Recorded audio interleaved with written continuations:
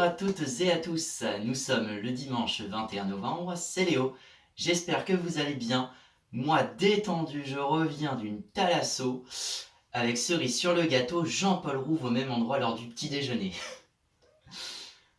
Nous allons donc avoir une nouvelle actualité condensée en quoi? En 5 minutes. Vous êtes là pour ça après tout. Au sommaire, manifestation contre les violences sexuelles, enchère des vins des hospices de Beaune, l'ajout du pronom Yel dans le dico. C'est parti. Let's get started.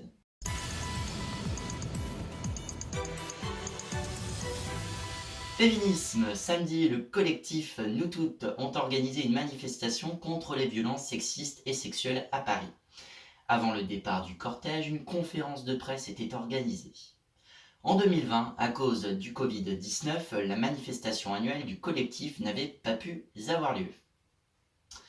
20. Les enchères caritatives des vins des hospices de Beaune les plus importantes au monde sont cette année organisées au bénéfice justement de la cause des femmes, avec 349 pièces exceptionnelles d'un millésime subtil et racé, malgré une année marquée par les aléas climatiques.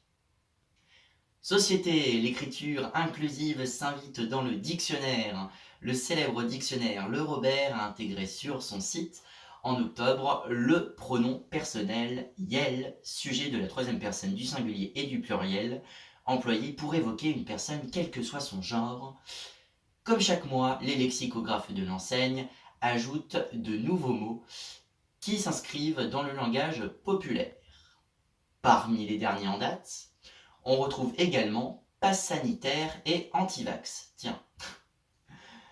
Le sondage, approuvez-vous l'introduction du pronom Yel dans le dictionnaire? À vous de répondre par oui ou par non dans les commentaires.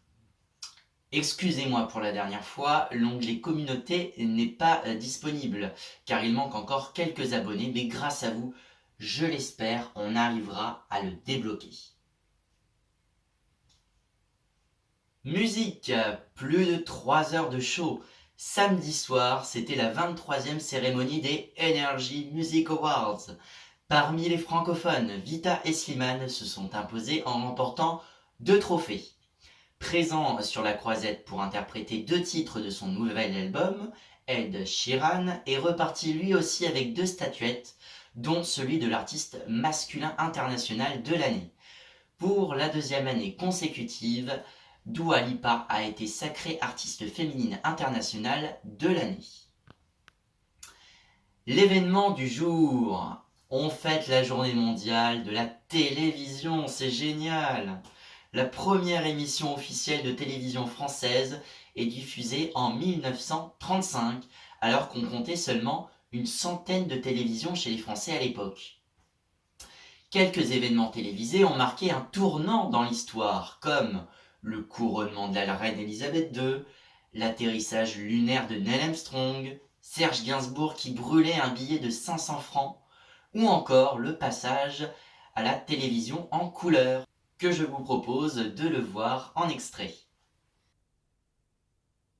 9, 8, 7, 6, 5, 4, 3.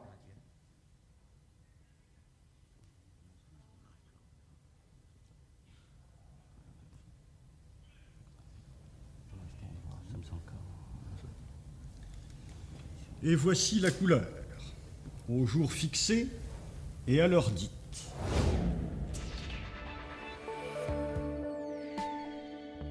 Voici la météo de demain. Les pluies perdurent au sud-ouest avec un peu de neige en montagne. Les éclaircies sont belles au nord avec une bise soutenue.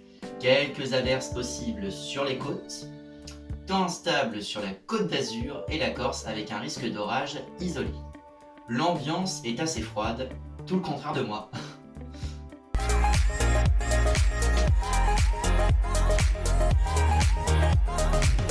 On termine avec un jeu, notre Rébus Emoji spécial télé. À vous de trouver l'émission qui se cache derrière. Regardez.